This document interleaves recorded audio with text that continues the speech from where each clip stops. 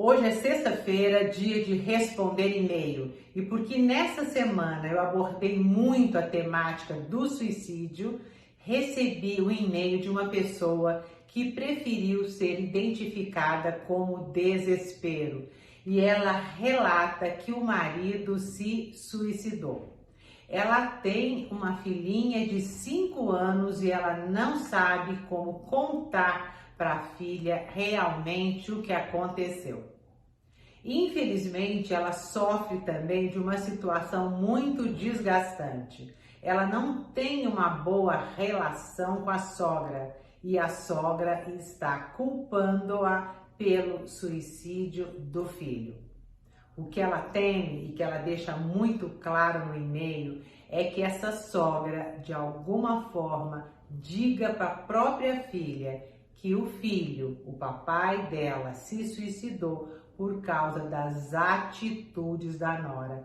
E ela me pergunta como é que eu devo lidar com essa situação. Então, minha seguidora que se intitula Desespero, quero inicialmente lhe agradecer pela oportunidade de abordar uma temática que acaba sendo um tabu na nossa sociedade.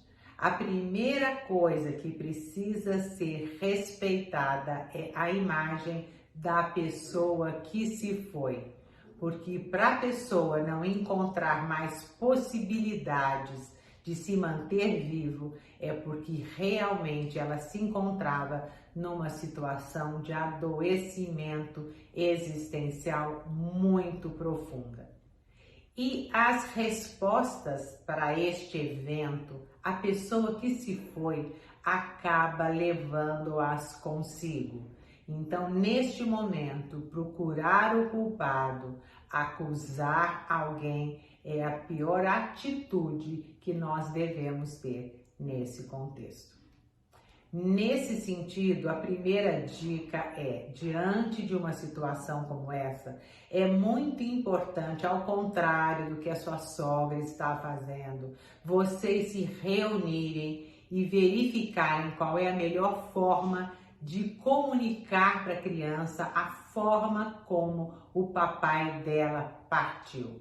Então, encontrar essa linguagem comum, respeitando a idade da criança, é fundamental para que ela consiga e que para todos consigam também digerir esse evento que é o suicídio. No seu e-mail, a minha seguidora também começa a procurar culpas dentro dela. A temática da culpa merece vídeos específicos, mas eu quero te dar uma dica. A culpa nunca é unilateral. A gente vive em correlação com o outro e procurar culpas não vai trazer nesse momento e nem em outro momento o seu marido de volta. O que a gente precisa agora é cuidar dos vivos e, como você diz, da vida da minha filha. Então, qualquer resposta que a sua sogra ou você forem dar para a criança, é muito importante vocês se questionarem: o que eu quero com essa resposta?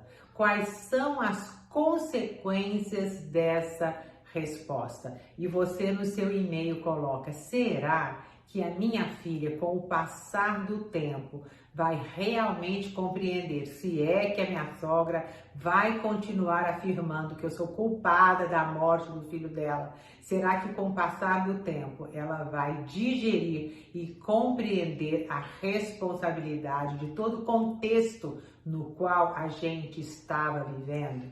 Inclusive, você afirma que ele tinha depressão desde sempre. Com certeza, desespero, a sua filha vai compreender. Até porque, diante dessa situação de luto, a criança pergunta várias vezes a mesma coisa. Não perca a paciência. Quando ela faz todo esse arsenal de questionamentos, é porque ela está digerindo pedacinhos por pedacinhos do evento. E pode ter certeza que com o passar do tempo ela vai amadurecendo e a compreensão dela a respeito da morte vai se modificando. E eu fiquei preocupada foi com a sua sogra, porque nesse processo de amadurecimento das razões, né, dos motivos pelos quais provavelmente a morte aconteceu, a neta vai compreender e vai ter uma imagem negativa da avó, porque ela está reduzindo um evento que é muito complexo. E eu acho que sobre isso ela ainda não havia refletido. Essa minha seguidora também fica muito angustiada porque ela não sabe o que dizer.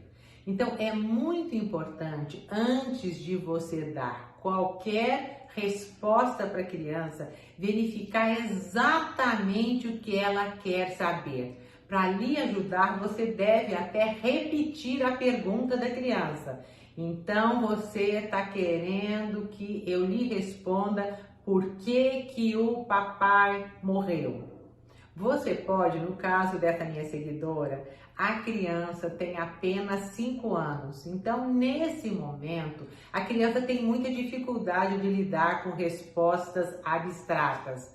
Um exemplo que você pode dar e que é muito próximo da vivência da criança, você pode dizer, olha, um bolo a gente não faz só com açúcar, só com a farinha de trigo, só com os ovos, só com o leite. Um bolo tem muitos ingredientes, então muitas coisas podem estar passando na cabeça do papai, pode ter passado no coração do papai.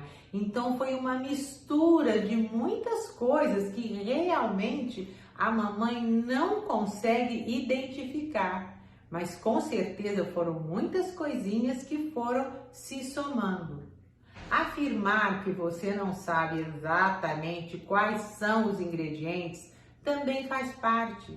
Muitas vezes o não sei em determinados momentos, ele é muito bem-vindo. Às vezes a criança precisa apenas de respostas simples.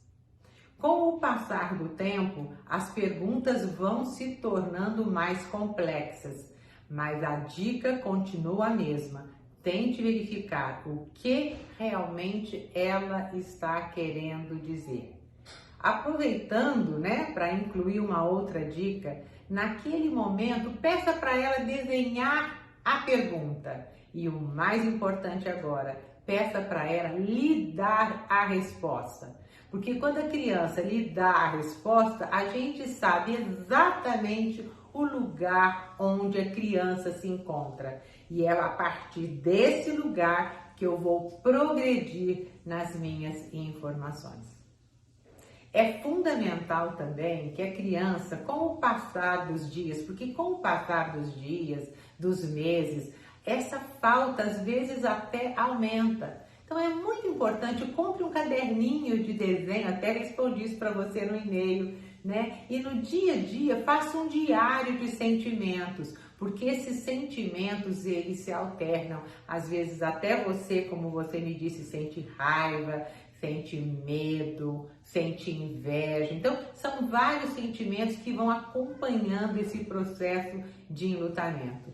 E para uma criança de 5 anos não existe forma melhor de expressar os sentimentos do que a própria ludoterapia, a própria expressão através dos desenhos. A partir dos 5 anos, a criança, que é a idade da sua filha, começa a entender que a morte é fatal, mas ela ainda acredita que pode se livrar da própria morte. Mas a partir dos 9 anos, a criança vai compreender que não volta mais aquela pessoa que partiu e que um dia ela pode morrer também. Uma das explicações que você não deve dar, até você me perguntou, é que o papai está dormindo. Alguém teria falado para essa minha seguidora, falar assim, olha, fala que o papai está dormindo, isso é muito perigoso, porque a criança pode começar a ter medo de dormir. Uma outra questão que você me trouxe que eu achei muito importante é que a gente tem que ter muito cuidado com as crenças religiosas, porque uma outra pessoa disse para a filha da minha seguidora: olha, você quando morrer vai encontrar o papai. Isso é delicado, gente, porque a criança pode querer encontrar o papai e com isso ela pode vir a atentar contra a própria vida. Outro aspecto muito importante quando a gente fala da morte por suicídio é que a culpa, a vergonha, a perda de privacidade invade os sobreviventes. Então, a gente tem que ter cuidado também, não só com a criança, mas com todas aquelas pessoas que ficam em torno desse evento. Para isso, existem vários grupos que trabalham o luto. Inclusive no meu feed, na segunda-feira, você pode ter mais informações a esse respeito.